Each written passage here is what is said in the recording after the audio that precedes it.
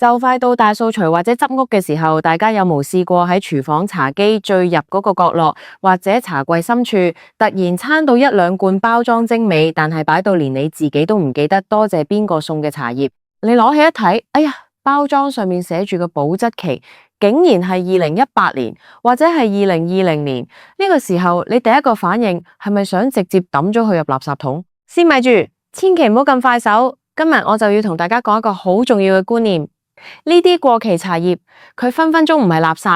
而係一件擺喺度默默升值嘅黃金寶貝。但係調返轉頭，有啲茶葉如果真係過咗期，而你又唔識分辨，夾硬沖嚟飲，真係分分鐘飲到你肚痛、肚屙，甚至食物中毒要送院喎。所以今日呢條片真係非常之緊要，我會用最簡單、最接地氣嘅方法，教你用3招即刻分辨出你手上嗰罐過期茶葉到底係寶定係草。同時，我仲會同大家分享一套最完整嘅茶葉保存全攻略，等你以後唔使再嘥嘢，亦都唔會飲壞肚皮。講到茶葉過期，好多人第一時間就會好疑惑，既然茶葉係會過期，點解坊間成日聽人講話啲普洱茶、老白茶擺得越耐越貴，甚至可以拍賣到幾十萬、幾百萬一餅？呢個簡直係食品界嘅神話。其實我哋首先要明白茶葉包裝上面嗰個保質期到底係乜嘢概念。喺香港或者其他地方，法例規定所有包裝食品都一定要印上保質期，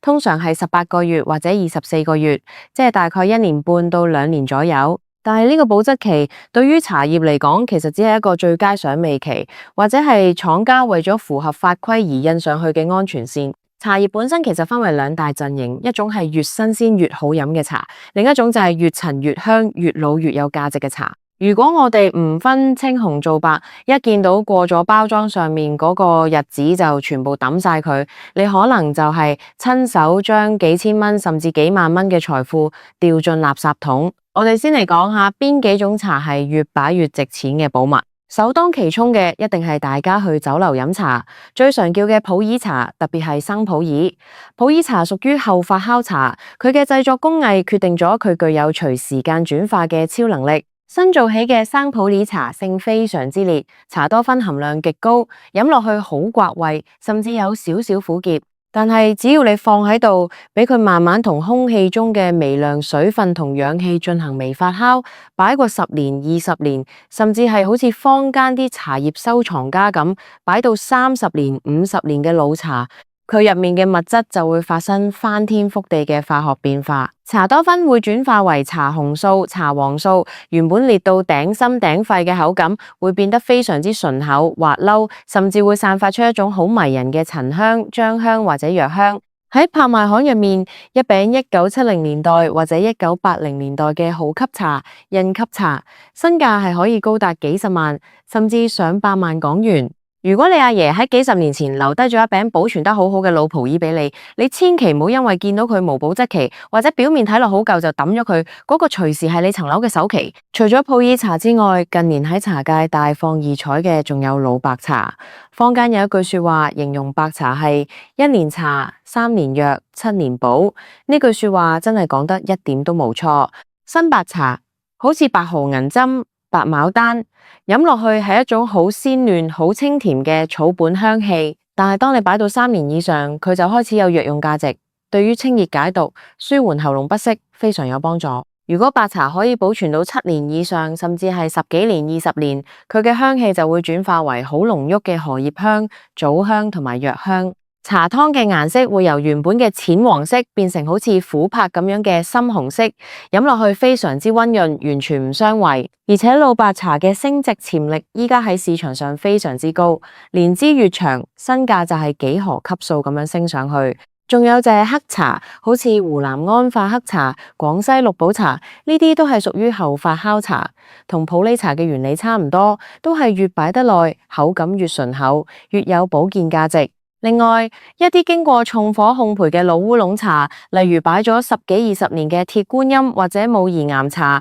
只要定期有拿去重新烘焙，去除雜味，佢哋亦都係越老越有風味嘅極品。但係大家千祈唔好開心得太早，因為硬幣都有2面。有啲茶葉如果過咗包裝上面嘅保質期，佢真係會變成草，甚至會變成毒藥，分分鐘飲壞肚皮。呢一類最驚過期嘅茶，最典型嘅代表就係綠茶。綠茶係完全不發酵嘅茶，好似龍井、碧螺春、日本嘅煎茶或者抹茶。綠茶追求嘅就係一個字：鮮。佢入面含有非常之高嘅葉綠素、維他命 C 同埋氨基酸。當綠茶擺得太耐或者過咗保質期，佢入面嘅活性物質就會徹底氧化。葉綠素會降解，原本翠綠嘅茶葉會變成死氣沉沉嘅枯黃色。過期嘅綠茶沖出嚟，不僅冇咗原本嗰種鮮爽嘅豆香或者蘭花香，反而會帶有一種好難聞嘅陳舊味，甚至苦澀味。最重要嘅係，綠茶因為冇經過發酵，佢極度容易吸潮。如果過期太耐，環境又潮濕，綠茶就會滋生各種類型嘅霉菌，當中最毒嘅就係黃曲霉素。呢種毒素係一種強烈嘅致癌物質，高溫煲滾水都殺唔死。如果你飲咗呢啲變質過期嘅綠茶，輕則條條掹、肚瀉、嘔吐，重則會對肝臟造成嚴重嘅急性或者慢性損傷。除咗綠茶，仲有黃茶，例如君山銀針，佢嘅性質同綠茶好接近，都係追求鮮爽，擺久咗一樣會變質。另外仲有清香型嘅烏龍茶，例如依家好多人鍾意飲嘅輕發酵、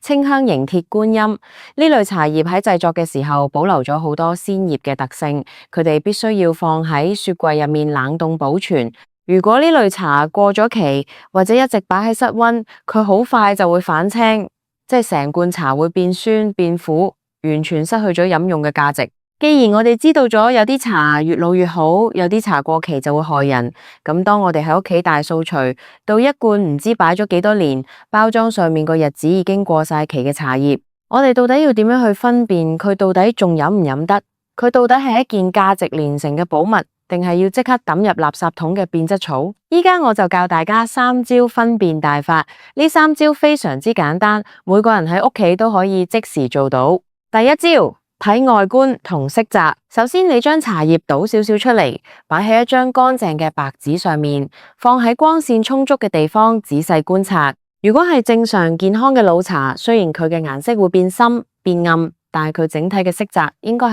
均勻嘅，帶有一種自然嘅柔潤感。茶條係清晰、乾燥、爽脆嘅。但係如果茶葉已經變質發霉，你會見到茶葉表面會出現一些唔尋常嘅斑點，通常係白色、綠色或者黃色嘅毛茸茸霉菌。有時大家可能會將普洱茶上嘅金花同黃曲霉菌混淆。你要記住，金花通常係金黃色，一粒粒顆粒狀附住喺茶磚內部，唔會成片長毛，而有害嘅霉菌係會成片生長。摸落去會感覺到茶葉大，有潮氣、發軟，甚至茶葉會結成一團團、一塊塊，用手好難捏碎。如果見到茶葉有長毛、結塊、色澤暗淡無光，呢罐茶就絕對唔好要。第二招，聞氣味。我哋嘅鼻哥係最誠實嘅探測器。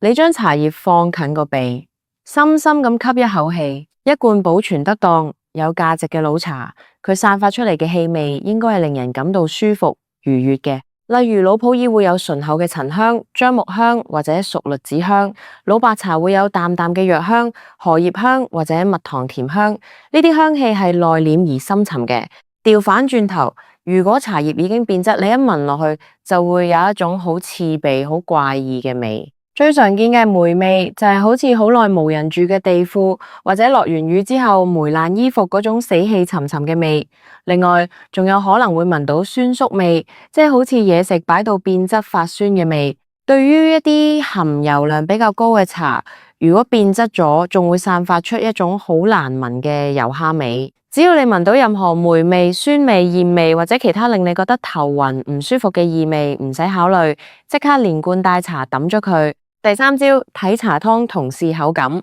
如果你經過前2招，睇過外觀無長毛，聞過氣味，亦都無異味，咁你就可以進行第3步，少少沖泡嚟試下。你用滾水沖落去，首先觀察個茶湯嘅顏色同通透度，保存得好好嘅老茶。無論茶湯顏色幾深，佢個茶湯一定係非常之清澈透亮，好似紅寶石或者琥珀咁，會折射光線嘅。但係如果沖出嚟嘅茶湯非常之渾濁，好似有好多雜質喺入面浮浮沉沉，湯色死暗死暗，咁呢個就係變質嘅信號。跟住你小心咁呷一小口，正常嘅老茶一入口應該係滑溜、順口、順喉嘅。飲完之後喉嚨會覺得好舒服、好滋潤，甚至會有回甘同生津嘅感覺。但如果茶湯一入口，你覺得條脷發麻，喉嚨位置好似被嘢卡住咁樣，非常之緊繃、乾涸，或者帶有明顯嘅酸苦味、霉爛味，咁你就要即刻條條掹，將啖茶吐出嚟，千祈唔好吞落肚。呢種茶葉入面嘅有害物質已經嚴重超標，絕對係飲壞肚皮嘅元兇。通過呢3招，相信大家已經可以做自己屋企嘅茶葉鑑定師啦。咁如果你好好彩喺屋企喺到一罐過咗期，但係經過鑑定係保存得非常完美，甚至已經轉化得好好飲嘅老白茶或者老普洱，你一定會想知到底平時要點樣儲存，先可以等呢啲寶物繼續健康咁升值，而唔會喺未來嘅日子入面變壞呢？依家我就同大家公開一套最全面、最實用嘅茶葉保存全攻略。無論你儲緊嘅係會升值嘅老茶，定係平時飲開嘅新鮮茶，只要你跟足呢套方法，你嘅茶葉就可以得到最完美嘅照顧。首先，我哋要明白茶葉喺保存嘅過程入面有4大天敵，分別係水分、光線、高溫、異味。只要你能夠成功阻隔呢4個天敵，你嘅茶葉保存就已經成功咗80%。第一個天敵，水分。茶葉係一種非常之乾、具有極強吸水性嘅物質。如果空氣中嘅相對濕度太高，茶葉就會好似海綿咁瘋狂吸收空氣中嘅水氣。當茶葉嘅含水量超過7%嘅時候，霉菌就會開始大量繁殖。所以儲存茶葉嘅地方一定要保持乾燥。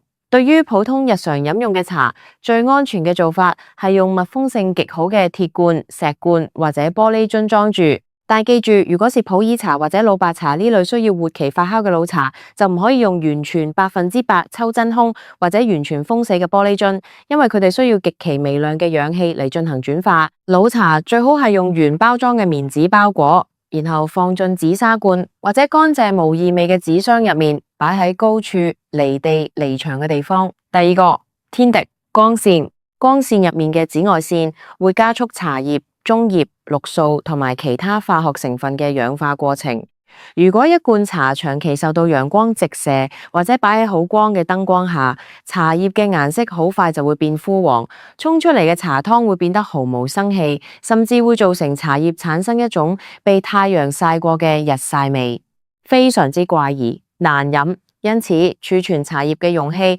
除咗需要密封，最重要係不透光，千祈唔好用完全透明嘅玻璃樽或者膠袋裝住茶葉擺喺窗台。如果你用玻璃樽，一定要放進櫃桶或者不透光嘅茶櫃入面。第三個天敵，高溫。溫度越高，茶葉入面各類物質嘅化學反應速度就越快。呢個就解釋咗點解綠茶喺夏天高溫嘅環境下，只要擺喺室溫1-2個月，就會迅速變黃變質。高溫會催化茶多酚同維他命 C 嘅流失，所以茶葉應該儲存在陰涼通風嘅地方，室溫最好保持喺攝氏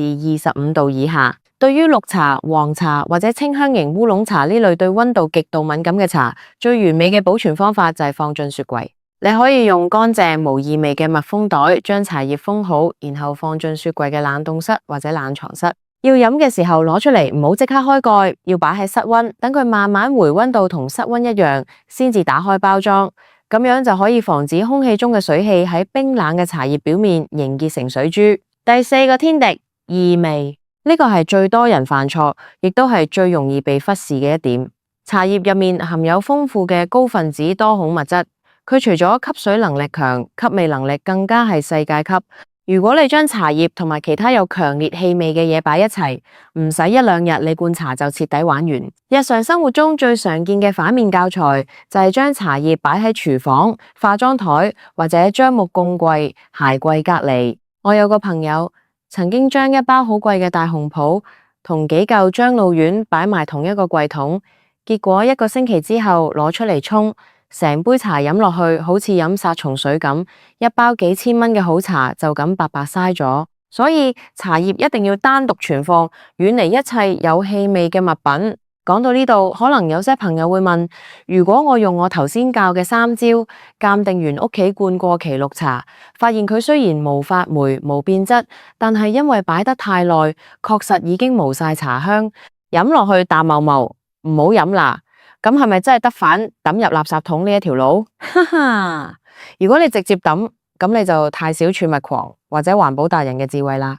雖然呢啲過期但無發霉嘅茶葉已經唔適宜用嚟品嘗，但係因為佢本身依然具有好強嘅吸附性同埋茶多酚成分，喺我哋日常生活入面，佢仲有大把奇妙嘅第二春用途。第一個妙用，天然除臭劑。頭先我先講完茶葉好容易吸味，既然佢咁鍾意吸味，我哋不如就利用呢個特性，你可以將過期嘅茶葉裝進一啲透氣嘅棉布袋、不織布袋，或者就咁用張薄紙巾包住。然後將呢啲茶葉包塞進屋企最容易有臭味嘅地方，例如鞋櫃，啱啱洗完仲有少少濕氣嘅鞋入面，衣櫃角落，或者直接放一碗過期茶葉入雪櫃。佢吸附異味同埋濕氣嘅效果，完全唔輸俾出面買嘅化妝竹炭或者化學除味劑，而且仲會帶有一股淡淡嘅茶葉清香，完全天然，一毛錢都唔使花。第二個妙用，吸油洗碗神器。茶葉入面含有豐富嘅茶皂素同埋茶多酚，呢啲成分具有非常好嘅去油污能力。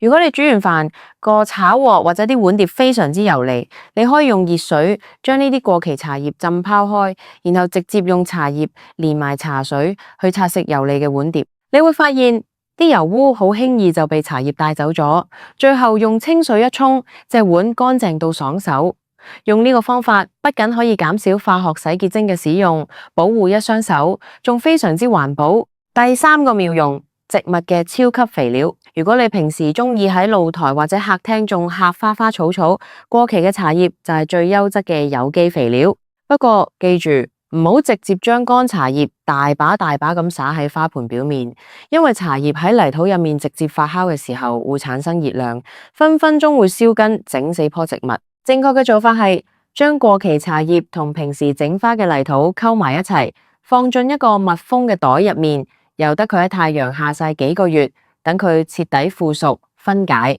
咁樣整出嚟嘅肥料泥含有非常豐富嘅氮肥同微量元素，用嚟擺喺花盆底，你種嘅花會開得特別靚。茶花、茉莉花呢類中意微酸性泥土嘅植物，更加係會瘋狂生長。第四個妙用，消除新家私異味。如果屋企啱啱裝修完，或者買咗新嘅木櫃、新梳化，通常都會有一股好難聞，甚至甲醛超標嘅化學油漆味。呢個時候，你可以將大批過期嘅茶葉用開放式嘅盤裝住，分散擺喺新家私嘅櫃桶同埋角落頭。茶葉可以非常有效咁吸附空氣中嘅有害游離氣體，幫你加速淨化室內空氣，等你可以住得更加安心。今日同大家傾咗咁多關於過期茶葉嘅秘密，由點樣分辨寶同草，到最完整嘅4大天敵保存法，再到過期茶葉嘅4大妙用，相信大家都已經收穫滿滿。其實茶葉同我哋人生好似有啲茶，